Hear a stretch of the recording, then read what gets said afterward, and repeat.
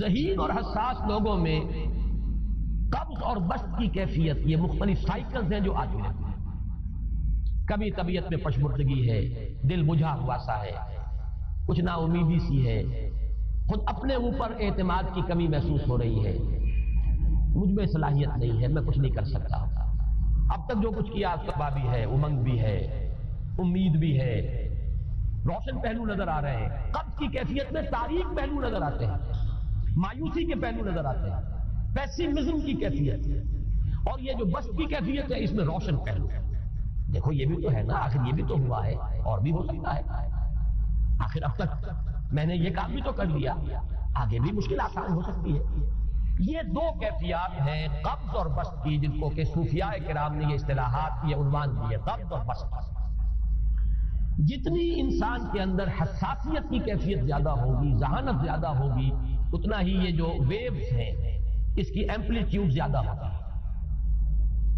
کم ذہین انسان ہے، کم حساس ہے، آئیں گے تو صحیح ہے، لیکن یہ کہ وہ ویو جو ہے اس کا ایمپلیٹیوڈ جو ہے اس کے اندر اوپر اور نیچے کی کیفیت زیادہ نہیں ہوگی۔ لیکن جتنا یہ معاملہ بڑھتا ہے، یہ جو ویو ہے اس کی ایمپلیٹیوڈ بڑھتا ہے۔ لیکن نارمل انسان کا معاملہ یہ ہے کہ یہ حدود کے اندر رہے،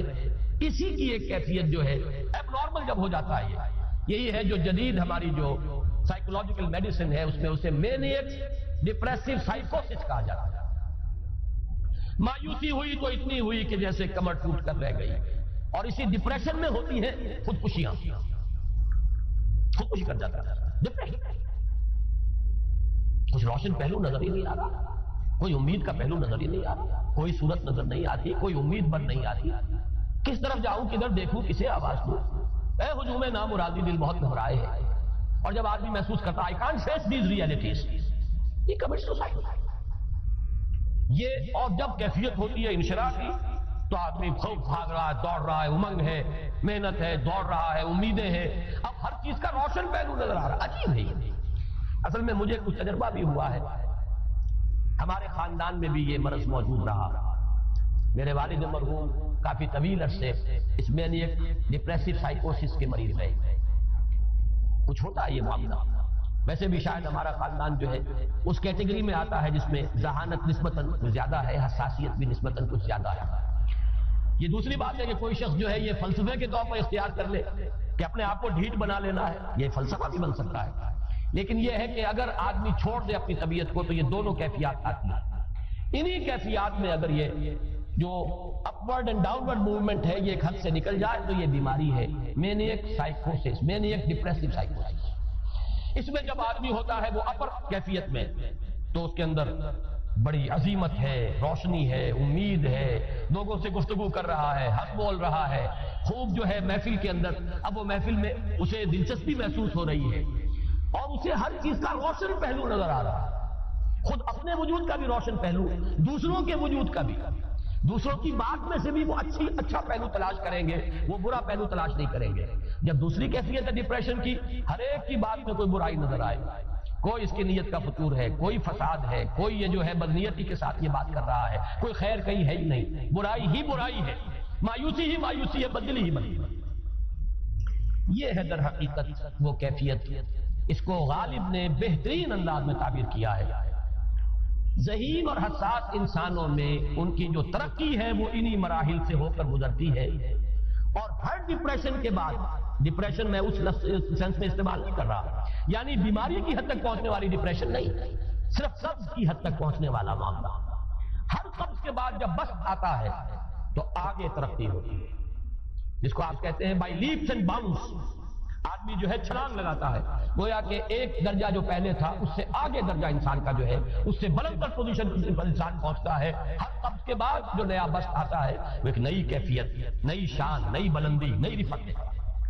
اس کو غالب نے تعبیر کیا ہے بہت خوبصورت انداز میں، رکتی ہے میری طبع تو ہوتی ہے رواں، اور یعنی شاعر بھی کبھی ایسا وقت آتا ہے شعر جو ہے اس پر نازل ہی نہیں ہو رہا، شعر نہیں کہہ پا رہا، طبیعت میں رکاوٹ سی ہے، بندش سی ہو گئی ہے، کوئی کلام موضوع ہو ہی نہیں رہا۔ لیکن پھر جب یہ کیفیت جو ہے بدلتی ہے اور جب پھر بسط کی کیفیت آتی ہے، رکتی ہے میری طبع تو ہوتی ہے رواں، اور پھر اس کے اندر ایک جولانی نئی، ایک کیفیت جو ہے انشراح کی، وہ ایک بالکل نئی کیفیت نئی شان کے ساتھ. یہ ہے وہ معاملہ جو ان آیات مبارکہ کے پس منظر میں ہے. اسی لیے اب میں آپ کو اس کا حوالہ دے رہا ہوں. تفسیر مظہری میں قاضی ثناء اللہ پانی پتی رحمۃ اللہ علیہ نے بہت عمدہ بات فرمائی ہے کہ حالت قبض اگر کسی شخص پر طاری ہو تو اس حال میں اکسیر کا درجہ رکھتی ہے یہ سورہ مبارکہ، اس لیے کہ یہ نازل ہوئی ہے محمد الرسول اللہ صلی اللہ علیہ وسلم پر اسی حالت قبض میں. وَالضُّحَىٰ وَاللَّيْلِ إِذَا سَجَىٰ مَا وَدَّعَكَ رَبُّكَ وَمَا قَلَىٰ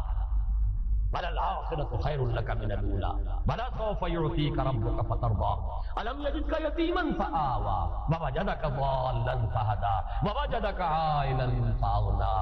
یہ تمام آیات اب معلوم ہوگا کہ جیسے موتی پروئے ہوئے. ایک لفظ قبض، اب اس میں جو بھی واقعاتی اور جو میں نے آپ کو روایاتی جو بھی پس منظر بیان کیا وہ بھی فٹ بیٹھ رہا ہے. وہ خودکشی کا معاملہ بھی آ گیا اس میں فٹ بیٹھ رہا ہے کہ بخاری شریف میں روایت موجود ہے کہ حضور فرماتے ہیں کہ میری طبیعت پر اس درجے اضطراب تھا، اتنی کیفیت جو ہے میری تشویش کی تھی کہ میرے دل میں بار بار خیال آتا تھا کہ پہاڑ پر چڑھ کر اپنے آپ کو جو گرا لوں. یہ سارے معاملات اب آپ کو محسوس ہوگا جیسے تمام کڑیاں جو ہے وہ جڑ گئی، جیسے رات کو اب آپ اٹھ نہیں پا رہے. اضمحلال ہے، اعصابی جو ہے اعصاب اس درجے متاثر ہو چکے ہیں. صرف یہ ایک احساسات کی کیفیت نہیں ہے، آپ کی قوت فعلی جو ہے، قوت عملی، وہ بھی اس درجے متاثر ہو چکی ہے کہ کئی راتیں گزر گئی اور آپ رات کو نہیں اٹھ سکے. جس پر کہ ام جمیل کو یہ کہنے کا موقع مل گیا کہ معلوم ہوتا ہے محمد تمہارا شیطان تمہیں چھوڑ دیا. اب یہ جملہ اپنی جگہ پر اس کی کاٹ ہے یقیناً، اس سے یضیق صدروں کا بما یقولون، لیکن وہ کیفیت جس کی وجہ سے یہ جملہ آیا ہے اس پر نگاہ دوڑائیے. اس پر نگاہ کو مرکوز کریں گے تو معلوم ہوگا ایک لفظ قبض، یہ قبض کی کیفیت تھی. اس قبضی کی کیفیت کا ایک مظہر یہ ہے کیونکہ یہ بھی تو در حقیقت قلب مبارک جو ہے محمد الرسول اللہ صلی اللہ علیہ وسلم کا، اسی پر تو وحی کا نزول ہوتا تھا. یہ بھی وہی داخلی احساسات و کیفیات کا معاملہ ہے. یہی بھی در حقیقت یہ واردات قلبیہ ہی کا سارا معاملہ ہے.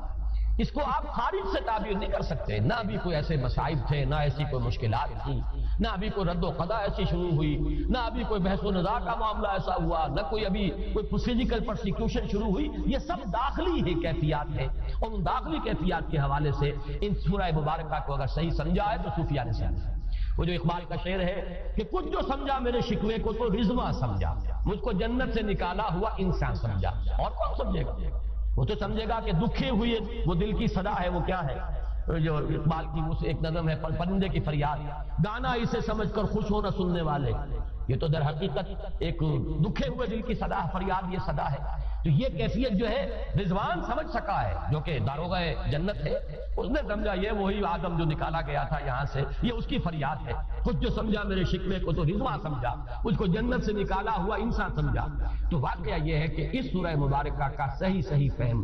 اگر حاصل ہوا ہے، وہ امام راضی کو حاصل ہو ہی نہیں سکتا. وہ عقل اور منطق کی گتھیاں سلجھانے والے آدمی ہیں. اپنی جگہ ان کی کنٹریبیوشن بہت ہے. یہ لغت اور ادب کا کوئی خاص مسئلہ اس میں ہے ہی نہیں کہ زمخشری اس میں کوئی جولانی دکھائیں اپنی، اس میں کوئی ایسا اشکال ہے ہی نہیں، نحوی اشکال ہی نہیں. لیکن یہ واردات قلبیہ کا معاملہ ہے، احساسات باطنی کا معاملہ ہے، یہ نفسیات انسانی کا معاملہ ہے. اور اس کو وہی سمجھ سکتے ہیں کہ جو ماہرین علم نفس ہے، اور وہ ہے صوفیاء کرام ہمارے ہاں، جن کا وہ ذوق ہے باطنی کیفیات و احساسات، جن کا موضوع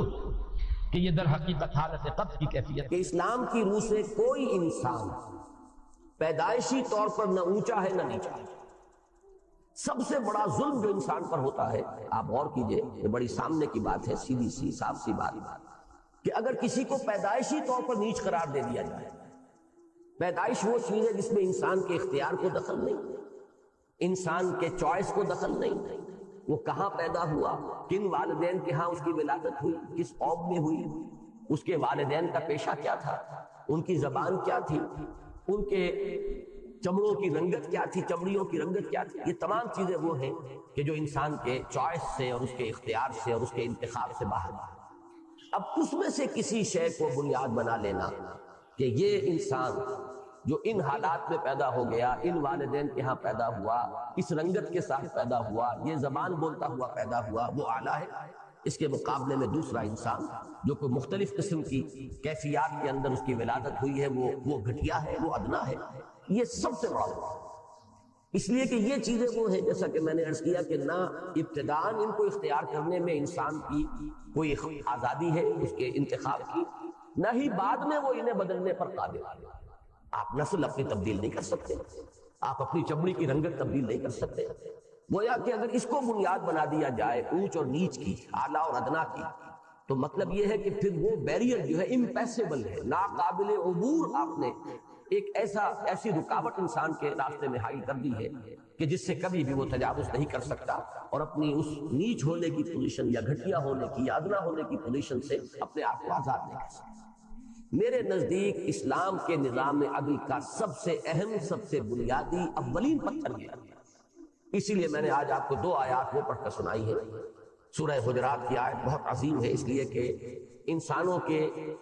اجتماعی اور خاص طور پر مسلمانوں کے ملی نظام کے ضمن میں سورہ حجرات اہم ترین سورت ہے قرآن حکیم کی اور جامع ترین سورت۔ اس میں 5 دفعہ تو یا ایھا الذین آمنوا سے خطاب آیا ہے، 5 مرتبہ، حالانکہ کل 18 آیات پر مشتمل سورت ہے،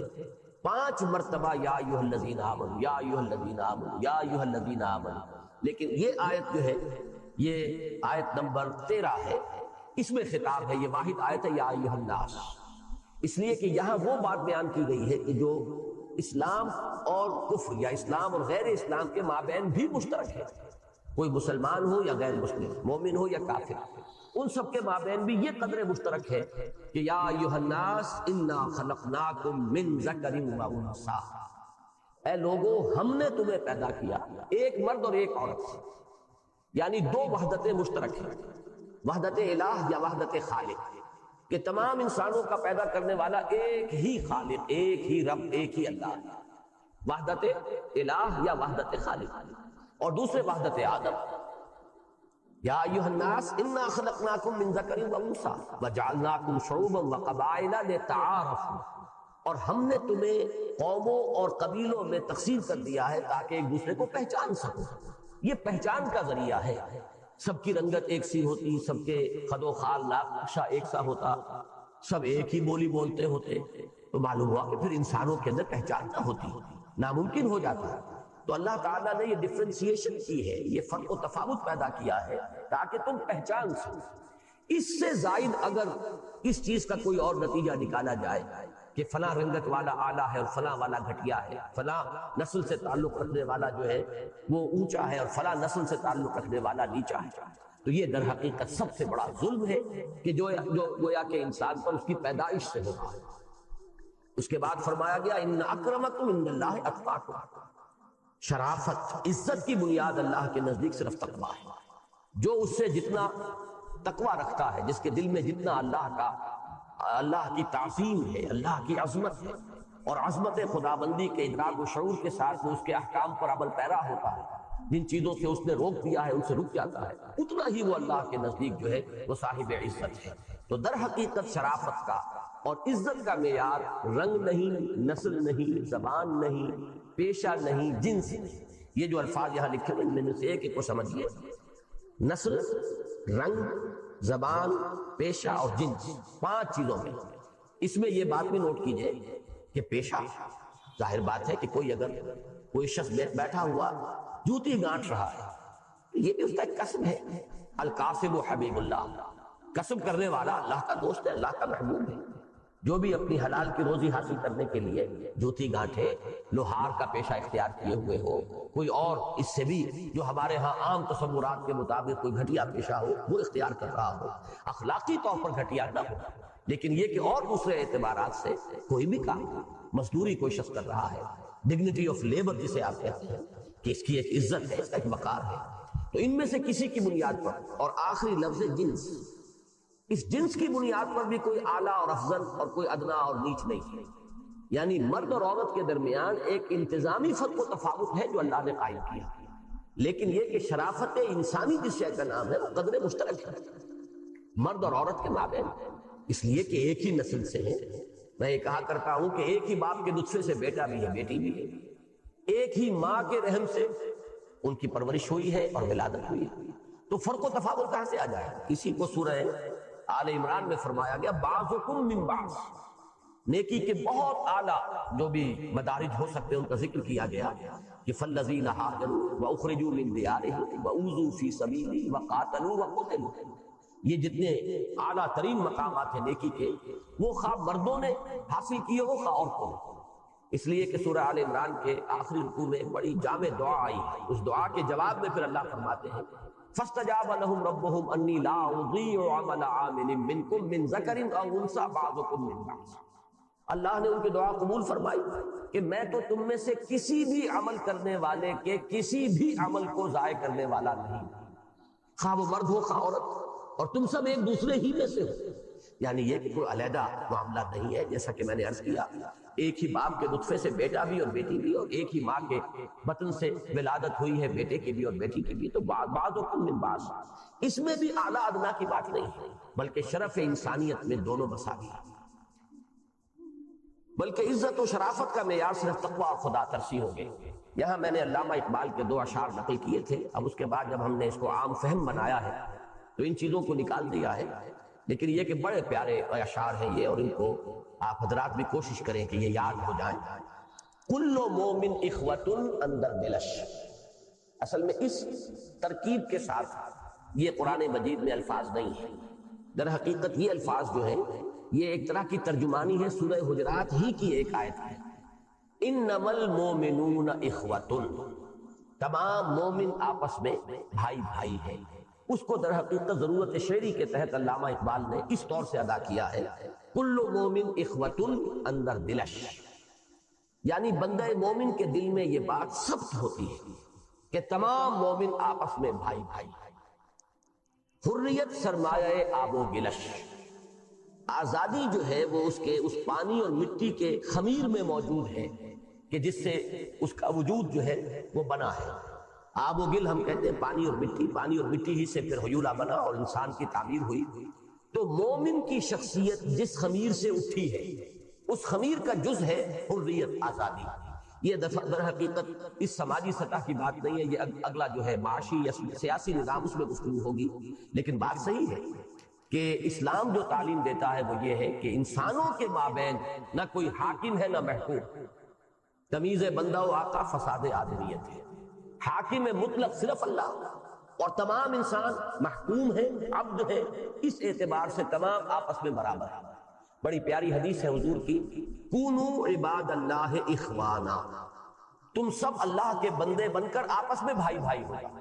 انسانوں میں کوئی فرق و تفاوت نہیں ہونا چاہیے، تمیز بندہ و آقا فساد آدمیت۔ بہرحال اس کا تعلق جو ہے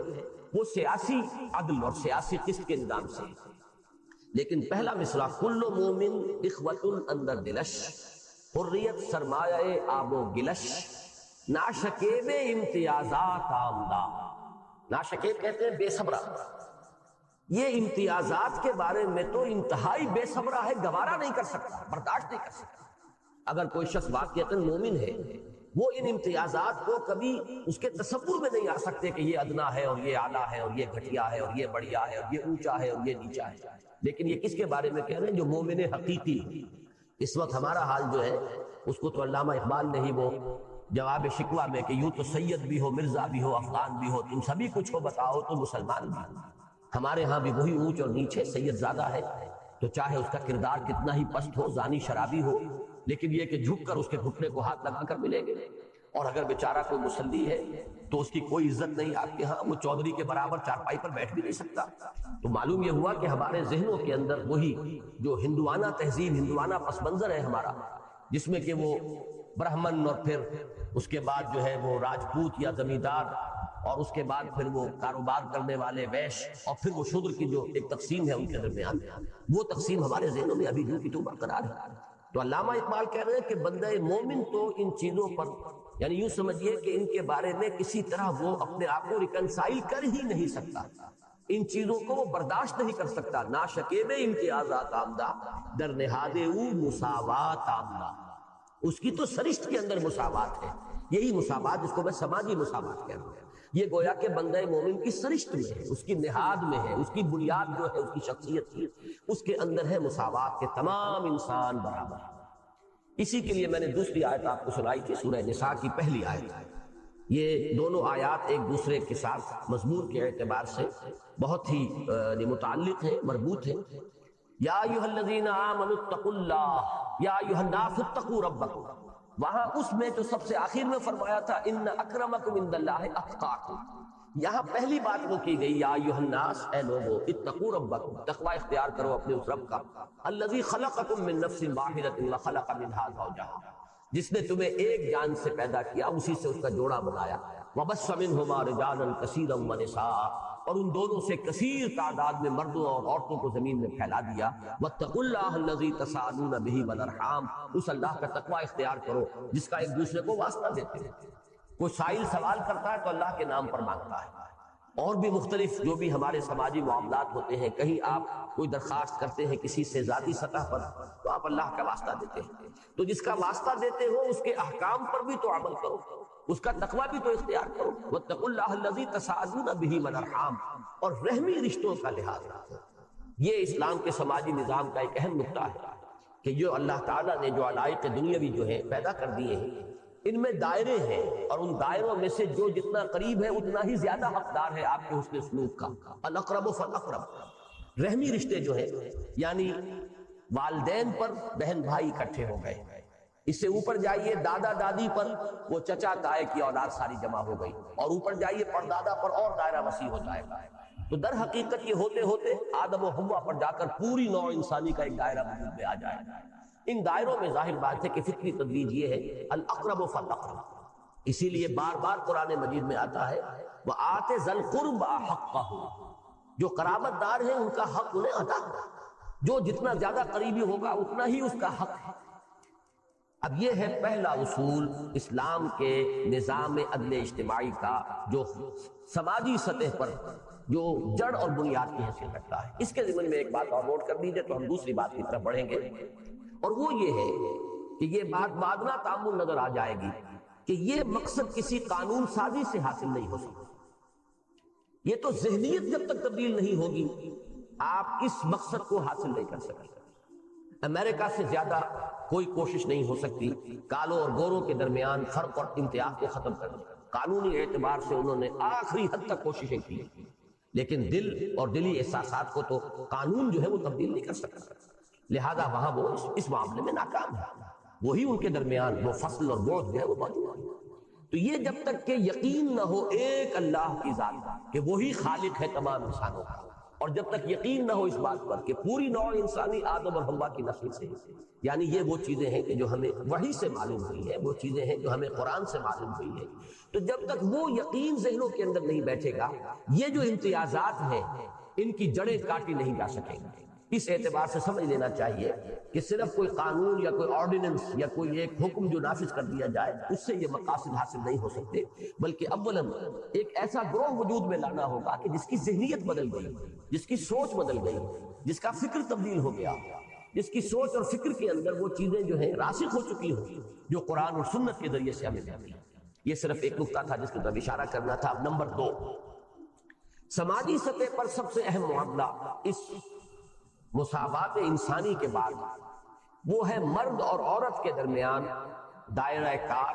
فرائض، ذمہ داریوں اور حقوق کی تقسیم کا ایک متوازن نظام جو اسلام نے قائم کیا ہے۔ چنانچہ اب جو الفاظ ہیں وہ پڑھیے، پردہ یعنی ستر و حجاب کے شرعی احکام کے نفاذ سے خواتین کی نسوانیت اور عزت و وقار کو کامل تحفظ حاصل ہوگا۔ اصل میں اس ایک جملے کے اندر دو چیزیں شامل ہیں کہ اسلام کے مقاصد میں سے یہ ہے کہ خواتین کو کامل تحفظ دیا جائے، ان کی نسوانیت، ان کی عزت اور وقار۔ یہاں میں چاہوں گا، اگرچہ غالباً یہاں وہ شعر درج نہیں کیا گیا ہے، ابلیس کی مجلس شورا میں علامہ اقبال نے ابلیس کا جو کنکلوڈنگ خطاب ہے، اختتامی خطاب، اس میں جو 4 اشعار ہیں میرے نزدیک وہ بہت ہی اہم ہیں، اور ہمیں ان مسائل پر گفتگو کرتے ہوئے انہیں اپنے ذہن میں ہمیشہ رکھنا چاہیے۔ ابلیس کہتا ہے، عصر حاضر کے تقاضاؤں سے ہے لیکن یہ خوف، ہو نہ جائے آشکارا شرع پیغمبر کہیں، کہ مجھے اندیشہ یہ ہے کہ زمانے کے کچھ تقاضے ابھر کر آ رہے ہیں، اور ان تقاضوں سے مجھے اندیشہ ہے کہ شرع پیغمبر نمایاں ہو جائے گی، واضح ہو جائے گی، لوگ مجبوراً اس کی طرف رجوع کریں گے، اس کی عظمت آشکارا ہو جائے گی۔ عصر حاضر کے تقاضاؤں سے ہے لیکن یہ خوف ہو نہ جائے آشکارا شرع پیغمبر کہیں، الحذر آئین پیغمبر سے 100 بار الحذر، یعنی ابلیس ہے وہ تو ڈر رہا ہے، خائف ہے کہ اگر آئین پیغمبر دنیا کے سامنے آ گیا تو میرا کاروبار تو ٹھپ ہو جائے گا، میرے ہتھیار کند ہو جائیں گے، میرے پھر داؤ پیچ جو ہے وہ نوع انسانی کی ہلاکت اور بربادی میں غیر مؤثر ہو جائیں گے۔ تو الحذر آئین پیغمبر سے 100 بار الحذر۔ اس کے بعد کا مصرع ہے جو سماجی نظام سے متعلق ہے، حافظ ناموس زن، مرد آزما مرد آفرین۔ اسلام کے آئلی نظام کے لیے یہ ایک مصرع جو ہے انتہائی جامع ہے کہ اس میں جو مقاصد ہیں وہ عورت کی عصمت و عزت، اس کی نسوانیت اور وقار اور کا تحفظ، اور مرد پر بوجھ ڈالنا، مرد آزما۔ اسلام کا نظام جو ہے وہ چیلنج بنتا ہے مرد کے لیے، وہ تمام جو سماجی ذمہ داریاں ہیں اور کٹھن کاموں کا بوجھ جو ہے مرد پر ڈالنا، مرد کو آزمانے والا، مرد کے لیے چیلنج بن کر سامنے آنے والا، مرد آفری اور مردانگی کے جوہر پیدا کرنے والا۔ اسلام کا سماجی نظام در حقیقت یہ ایک مصرع جو ہے میرے نزدیک اس کے دو پہلوؤں کو بڑی ہی خوبصورتی کے ساتھ واضح کرتا ہے کہ عورت جو ہے اس کے لیے ایک تحفظ کی ضرورت ہے۔ اس لیے دیکھیے یہ باتیں ذرا اگرچہ کچھ تھوڑی سی اس میں اوریانی آ جائے گی، یہ بات اصول کے اعتبار سے سمجھ لیجئے کہ فطرت کا اصل مقصد کیا ہے؟ بقائے نسل، یہ پریزرویشن آف دی اسپیشیز جسے کہتے ہیں کہ نسل جاری رہے۔ ایک شخص جو ہے وہ 60-70 برس کا ہوگا، مر جائے گا، لیکن نسل چلے جب تک اللہ تعالیٰ چاہتا ہے کہ اس دنیا کے اندر یہ گہما گہمی رہے، یہاں کی رونق رہے، تو نسل کو آگے بڑھانا، جسے نسل کشی کہتے ہیں، نسل کشی نہیں، نسل کشی کے معنی تو نسل کو ختم کر دینا ہے، نسل کشی کہتے ہیں نسل کا آگے لے کے چلے جائے۔ تو اس نسل کشی کے لیے چونکہ یہ بڑی بھاری ذمہ داری ہوتی ہے، بچوں کی پرورش، بچوں کے جو بھی مسائل و معاملات ہیں ان سے عہدہ برآ ہونا، یہ انسان کے لیے کوئی آسان کام نہیں ہے، اس کے لیے بہت مشقت جھیلنی پڑتی ہے۔ اس لیے اللہ تعالیٰ نے جو جنسی جذبہ ہے اس میں بڑی قوت پیدا کر دی۔ اگر یہ جنسی جذبہ جو ہے، یہ شہوت جو ہے انسان کے اندر یہ قوی نہ ہو تو کوئی شادی نہیں کرے گا، کوئی گھر گرہستی کا کھکھیڑ نہیں پالے گا، کوئی یہ بچوں کی پیدائش اور پھر ان کی پرورش اور ان کے لیے ان کے سارے مسائل کا کھکھیڑ اپنے سر پر لینے کو تیار نہیں ہوگا۔ لہذا یہ سیکس انسٹنکٹ جو ہے یہ انتہائی پوٹنٹ ہے۔ اب جو چیز جتنی قوی ہوتی ہے اتنا ہی اس میں خطرے کا اندیشہ ہے، جیسے کہ فرمایا گیا کہ اہل ایمان تمہاری بیویوں اور تمہارے اولاد میں سے تمہارے دشمن ہیں، ان سے بچ کر رکھو، اس لیے کہ بیویوں اور اولاد کی محبت اللہ نے شدید انسان کے دل میں ڈالی، جہاں شدید محبت ہوگی وہیں خطرہ ہوگا کہ اس محبت کے زیر اثر انسان کسی غلط کام میں ملوث نہ ہو جائے۔ لہذا اس شہوت کے جذبے کی یہی منہ زوری جو ہے یہ متقاضی ہے کہ اس پہ قدغنیں ہوں، اس میں پابندیاں ہوں، اس میں ایسے تمام راستوں کا سد باب کر دیا جائے کہ جن سے اس میں انارکی پیدا ہو جائے، جس میں ضبط کو کے ٹوٹنے کا امکان پیدا ہو جائے، جس میں فتنہ اور فساد کے امکانات ہیں۔ اس کے لیے اللہ تعالیٰ نے ہمیں جو نظام عطا فرمایا وہ یہ ہے کہ مرد اور عورت کے درمیان دائرہ کار مختلف ہے، ایک ڈویژن آف ورک ہے۔ مرد کا اصل کام گھر کے اندر ہے، عورت کا اصل کام گھر کے اندر ہے۔ عورت کی اصل ذمہ داری اگلی نسل کی پیدائش اور پرورش۔ اگلی نسل کی پیدائش میں مرد کا حصہ بہت کم ہے، جو بھی حصہ ہے وہ آپ کو معلوم ہے کہ وقتی لذت ہے جو اسے حاصل ہوتی ہے۔ عورت کے لیے اب وہ 9 مہینے کا حمل ہے جس کے بارے میں قرآن مجید میں فرمایا گیا حملتہ امہ وہنا علی وہن وفصالہ فی عامین۔ اب 9 مہینے تو اس نے اٹھایا ہے اور جونت کی طرح جو ہے اندر وہ اس کی توانائیوں کو چوستا رہا ہے، اور پھر یہ کہ 2 سال اور پھر اس کو اپنی توانائیاں جو ہے اپنی چھاتیوں سے اپنے دودھ کی شکل میں اس کی غذا کے طور پر اس نے فراہم کی۔ لہذا عورت کے ذمے ہے اگلی نسل کی پیدائش اور پھر اس کی پرورش، پھر اس کے لیے بنیادی جو اس کی تعلیم گاہ ہے، درس گاہ ہے، تربیت گاہ ہے، وہ بھی ماں کی گود۔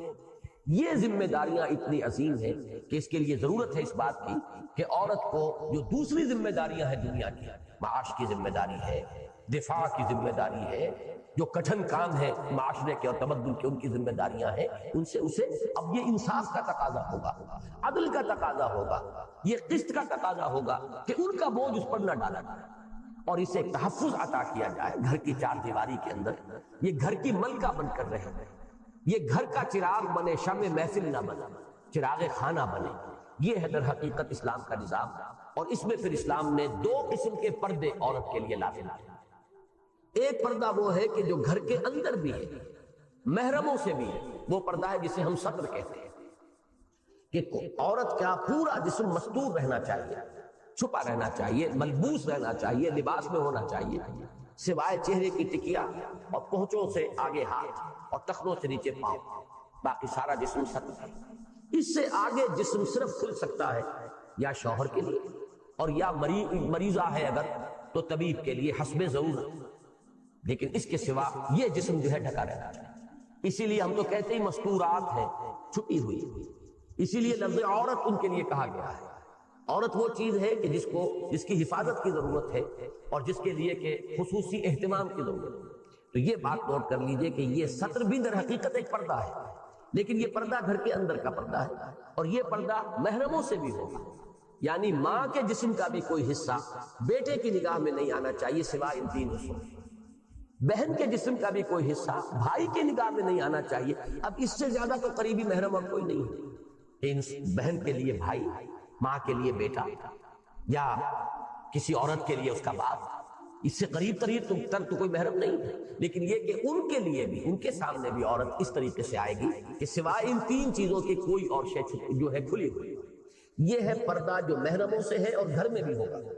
اور دوسرا پردہ جو ہے غیر محرموں سے ہے اور گھر کے باہر جاتے ہوئے ظاہر بات ہے، چونکہ خود بخود معلوم ہے کہ محرم جو ہے نامحرم سامنے آئیں گے تو پھر وہ اضافی پردہ ہے جس کو ہم حجاب کہتے ہیں۔ وہ حجاب جو ہے وہ چہرے کے اوپر اپنی چادر کو آگے لٹکا لینا، یا اسی نے پھر تمدنی جو تقاضے ہیں ان کے تحت برقعے کی شکل اختیار کیا۔ برقعے کی بھی کوئی ایک صورت نہیں ہے، کبھی اس کی کوئی اور شکل تھی، پھر کوئی اور شکل بدل گئی، اس میں ترمیم ہو سکتی ہے، اس لیے کہ چادر کو اگر عورت اس طریقے سے تھامے گی تو اس کا ایک ہاتھ تو کم سے کم رک جائے گا۔ اگر تو ویسے ہی چادر کو صرف ایک دوپٹے کی طرح ڈال لینا ہے اپنے اوپر تو بات اور ہے، لیکن یہ کہ چادر جو ہے اس کے اور دوپٹے کے درمیان زمین و آسمان کا فرق ہے۔ دوپٹہ گھر میں استعمال کرنے کی شے ہے، اور سورہ نور میں فرمایا گیا کہ وَلْيَضْرِبْنَ بِخُمُرِهِنَّ عَلَى جُيُوبِهِنَّ، چاہیے کہ وہ اپنے دوپٹوں کے بکل اپنے گریبانوں پر یعنی اپنے سینے کے اوپر مار لیا کرے، اس لیے کہ یہ عورت کا سینہ جو ہے یہ ایک اضافی حسن ہے، اس کا نسوانی حسن، صرف کرتے سے وہ چھپتا نہیں ہے، کرتا کتنا ہی ڈھیلا ہو وہ جو بھی ابھار ہے سینے کے وہ نمایاں ہوگا، لہذا اضافی جو ہے وہ دوپٹے کا بکل۔ تو گھر میں جو لباس عورت کے لیے اسلام نے تجویز کیا ہے اس میں قرآن مجید کی نص ہے وَلْيَضْرِبْنَ بِخُمُرِهِنَّ عَلَى جُيُوبِهِنَّ، اور یہ خمار کی جمع ہے، خمار کہتے ہیں اوڑھنی، اور جو سورہ احزاب میں آیا ہے وہ گھر سے باہر کا پردہ ہے، وہاں یہ آیا ہے یُدْنِینَ عَلَيْهِنَّ مِن جَلَابِیبِهِنَّ، جلباب کہتے تھے اس لمبی بڑی چادر کو جس میں کہ عورت پوری طرح لپٹ کر باہر نکلتی تھی۔ عرب میں پہلے بھی رواج یہ تھا کہ جلباب لے کر عورت باہر نکلتی تھی، لیکن چہرے کو نہیں ڈھانپتی تھی، باقی پورا جسم اس میں لپیٹ لیتی تھی۔ اسلام نے صرف اضافی اس کے اندر یہ حکم دیا کہ وہ اپنے اس جلباب کا ایک حصہ وہ اپنے چہروں کے سامنے بھی لٹکا لیا۔ یہی چیز ہے کہ جس نے بعد میں برقعے کی شکل اختیار کیا۔ تو ستر اور حجاب، پردہ یعنی ستر اور حجاب، ان الفاظ کو نوٹ کیجئے، پردہ یعنی ستر اور حجاب، کہ پردے ہی کی یہ دو شکلیں ہیں، ستر بھی اور حجاب بھی، کہ شرعی احکام کے نفاذ سے خواتین کی نسوانیت اور عزت و وقار کو کامل تحفظ حاصل ہوگا، اور اسلام کے حافظ ناموس زن مرد آزما مرد آفری، یہ وہ مصرع آ گیا یہاں پر، پتہ نہیں آپ کے پاس ہے یا نہیں، یہ اس خاندانی نظام کے تحت خواتین کو معاشی کفالت کی پوری ضمانت حاصل ہے۔ یہ دوسرا اصول، کوئی ایمرجنسیز تو ہو سکتی ہیں، خاص ہی کوئی ایسے حالات ہوں کہ جن میں عورت کو بھی کام کرنا پڑے، کوئی عورت بیوہ ہو گئی ہے، بچے ہیں، اب وہ دوسری شادی بھی نہیں کرنا چاہتی، بچوں کو پالنا چاہتی ہے، وہ اگر کوئی کام کرے تو اس کے اندر کوئی حرج نہیں، اس کے لیے بعد میں آ جائے گا معاملہ کہ اس کے لیے وہ گھر میں رہ کر کام کر سکتی ہے تو سب سے اعلیٰ ہے، یا یہ ہے کہ اسلامی ریاست کے زیر اہتمام ایسا انتظام کیا جائے کہ کوئی ایسے انڈسٹریل یونٹس ہوں کہ جن میں عورتیں ہی کام کریں اور عورتیں ہی وہاں کام لینے والی ہوں، سپروائز کرنے والی ہوں، اور وہاں پہ ورکنگ آورز بھی کم رکھے جائیں، اس لیے کہ ایک عورت گھر کا کام کاج کر کے ظاہر بات ہے 8 گھنٹے کی شفٹ جو ہے وہ کہیں اس کی ذمہ داری نہیں نبھا سکتی۔ یہ ساری چیزیں ہو سکتی ہیں ورکیبل ہے، بشرطے کہ انقلاب آ چکا ہو اور اختیار ایسے لوگوں کے ہاتھ میں ہو جو اسلام پر یقین رکھتے ہیں اور ان احکام کو وہ نافذ کرنے وہ اپنے دین و ایمان کا تقاضا سمجھتے ہیں۔ بہرحال اصولی طور پر استثنائی حالات کو علیحدہ رکھتے ہوئے اسلام میں معاشی کفالت کی ذمہ داری مرد پر، مرد آزما، یہ ذمہ داری مرد پر ڈالی گئی. اس نے چیلنج قبول کیا ہے، اس نے اپنا گھر آباد کیا ہے، اس نے ایک عورت کو اپنی چار دیواری کے اندر لا کر بسایا ہے. اب اس کے ذمے ہے اس کی معاشی کفالت، اور جو بھی اولاد ہے وہ بھی اسی کی ذمہ داری ہے اس کی معاشی کفالت. عورت کو اس سے بالکل آزاد کیا.